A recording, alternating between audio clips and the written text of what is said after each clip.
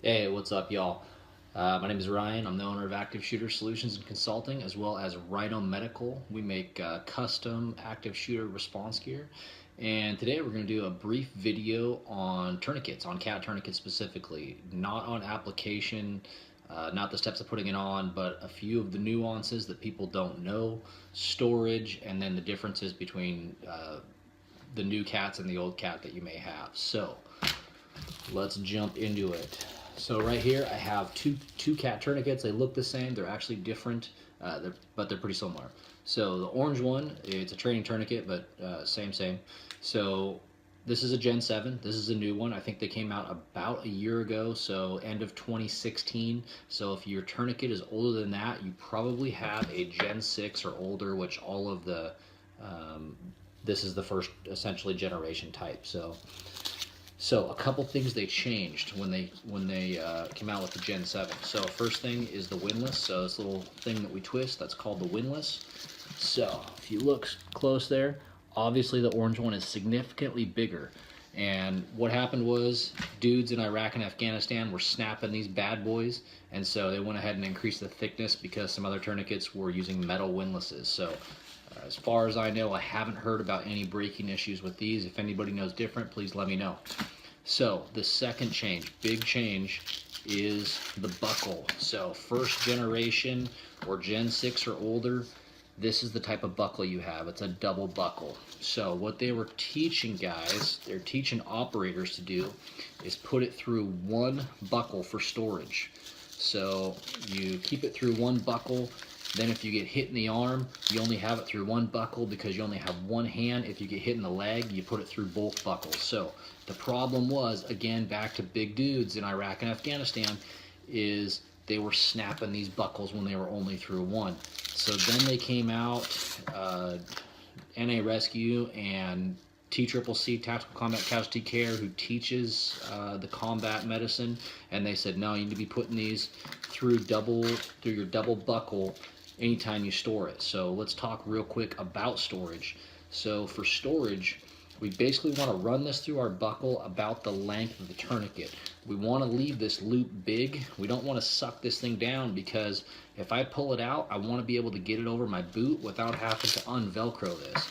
So if it's double buckled like that, single length, take the rest of the slack and just suck it into the inside. Then put your rubber band on, put it in your storage device.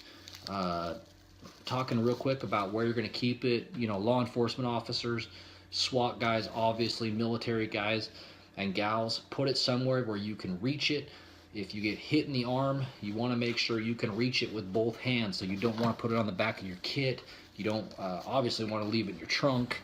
So deploying this older generation tourniquet through the double buckle is a little bit of a challenge, and if you haven't practiced it, guaranteed if you need this in the heat of the moment, you won't be able to do it. So how you do this is, if you're hitting the arm, you only have one arm, you put it over your arm, and then you have to find a surface to be able to create some friction on. So you got to lay down on the concrete, the dirt, up against the wall, whatever, brace the tourniquet, and then you can start ratcheting it down.